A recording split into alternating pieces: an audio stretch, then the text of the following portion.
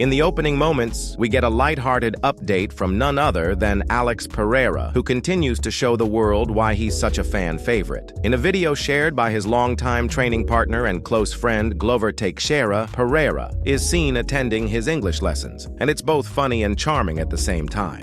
Ó, o Patão aí no inglês, tá sempre no inglês, né, Patão? Sempre tá aprendendo?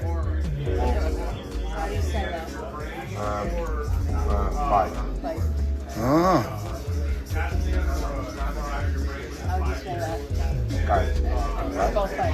Agora escreve fight aí, o Patão.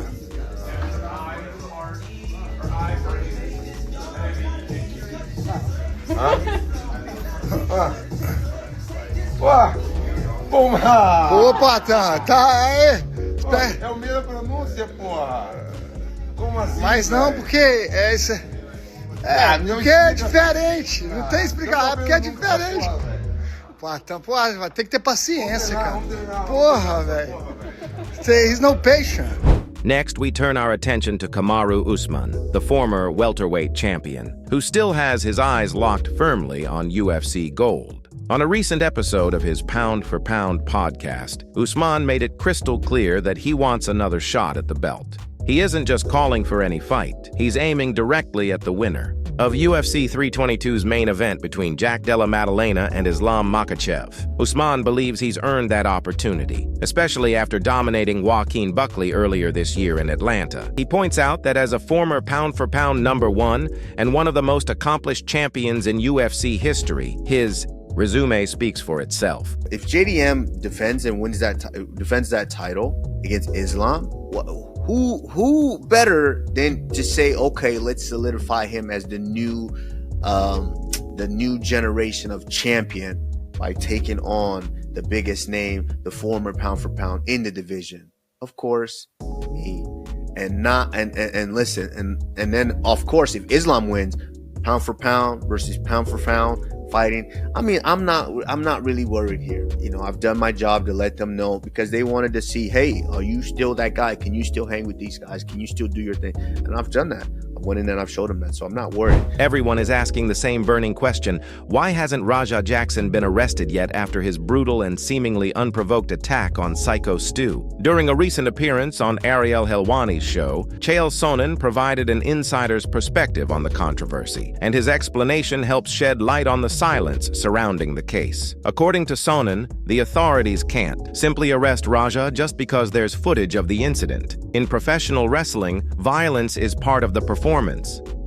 Are you surprised nothing has happened to him? Are you surprised there haven't been any arrests, any charges, anything like that? No, they can't and they won't make an arrest until Psycho Stu says that wasn't planned. Everybody on the card that night said before the match they're going to beat the hell out of their opponent. Everybody on the card that night, winners and losers, hit their opponent. Everyone on the card that night picked their opponent up, threw him to the ground. The difference was they were performing. What was in their heart was different. It appeared that Raja stopped performing and started to try to injure a man. And that is the difference between the show and a crime. But when I say that's what it appears, only Stu gets to stay. The rest of us are marks. Only Psycho Stu gets to say that, and he has up to 12 months. I have a feeling he might drag this on, but they're not going to go just arrest him because they have a video of a pro wrestling match, and the audience doesn't get to decide what's real and what's not. The audience job is to be entertained and constantly fooled. So they don't actually get to say how bad this was. Only one person does, and that's Stu, and so far, he's remained silent. Sonnen also learned that Stu had spoken with his relatives and found out why he still hadn't filed a lawsuit against Raja. He believes that if he doesn't protect the business, that he's hurting the business. He also believes if he goes to the police, he gives up his character as a legitimate badass. Meanwhile, if he takes that beating, don't forget he wasn't covered. It's not like Raja beat him.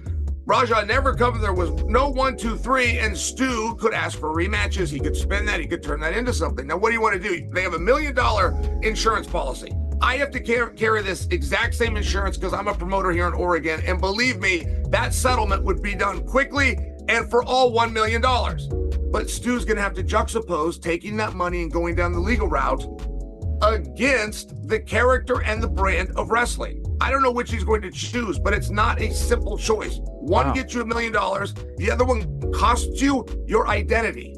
And people will do anything to protect their identity. Until Stu decides, Raja remains untouchable. Switching gears back to MMA, Coach Javier Mendez issued a strong warning to Jack Della Maddalena, who recently suggested that Islam Makhachev's striking would be easier to deal with than Belal Muhammad's. Mendez, who has been training with Islam for over a decade, wasted no time in setting the record straight.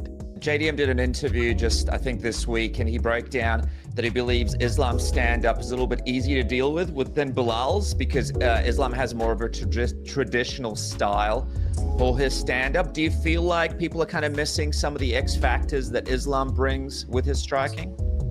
If he's saying that, I hope that he goes in believing that, because when he gets in there with Islam, you're going to find out a whole different story because I'm sorry, they're completely different. And by no means is Islam an easy for anybody on the stand-up.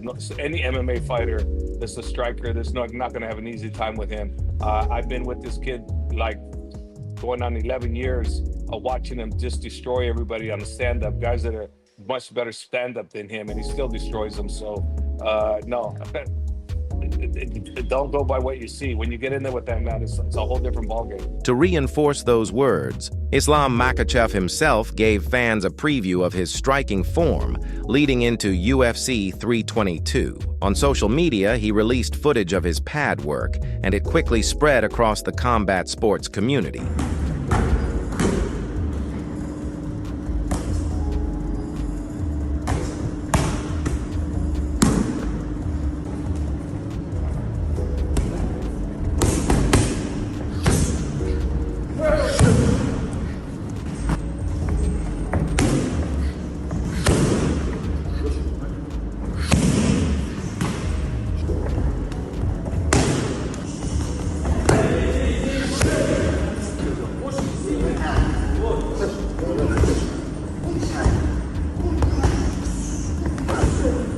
Arman Tsarukyan's career took another turn this week as reports revealed he won't be getting the title shot he's been campaigning for. Instead, the UFC is targeting a high-profile lightweight matchup between Tsarukyan and Dan Hooker at UFC Qatar on November 22nd. For Tsarukyan, this is a bittersweet development. On one hand, he's been vocal for months about wanting a crack at Ilia Topuria, but on the other, Hooker presents a respected name and a chance to remind the division of his talent. The bout would mark Tsarukyan's return after a frustrating withdrawal earlier this year due to a back injury, which cost him a shot at Islam Makhachev. Meanwhile, Hooker is also looking to bounce back after injury setbacks, including pulling out of a fight with Justin Gaethje. The stakes are high for both men. Hooker needs to re-establish himself as a contender, and Tsarukyan must prove he's still on track for the title picture. The biggest bombshell of the week came with the announcement that Mike Tyson and Floyd Mayweather have officially agreed to an exhibition boxing match in spring 2026. The news stunned the sports world, instantly dominating headlines and sparking debates across both boxing and MMA circles. The fight will be promoted by CSI Sports Fightports, though details about the venue, exact date, and broadcast rights are still to come. Tyson, now 59 years old, last fought Jake Paul in November 2024,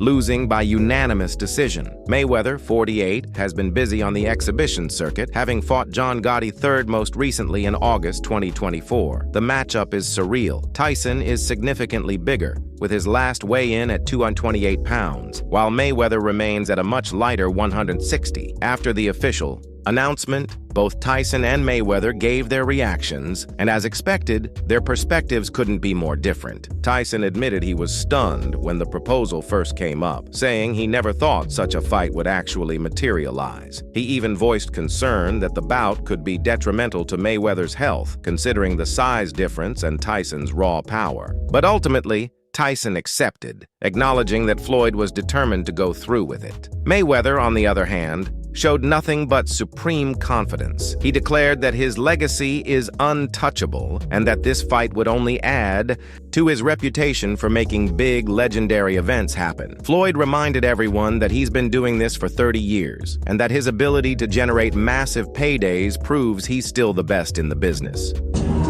Shit. I'm pretty sure I'd be upset too if I was somebody else. I'd be mad at Mayweather too. How the fuck for 29 years or 30 years you can keep getting money like this? I'd be mad too. Shit. I'd be hating on Mayweather too. Continue to hate. You know, people only talk about winners. I'm a winner, so continue to talk. Keep the bread fresh. Put it in the bag. Call me the bread man. Tip money. Fucking throw it in here too. Throw it in the Floyd bag. See, I'm balling the fuck out. Crocodile phones. Himalayan phones. Crocodile bags. His bold words and flashy attitude stood in stark contrast to Tyson's more cautious tone, setting up an interesting narrative ahead of the exhibition. That's all for today's video, fight fans. If you want to stay up to date with news like this, subscribe to the channel and like the video. See you in the next video.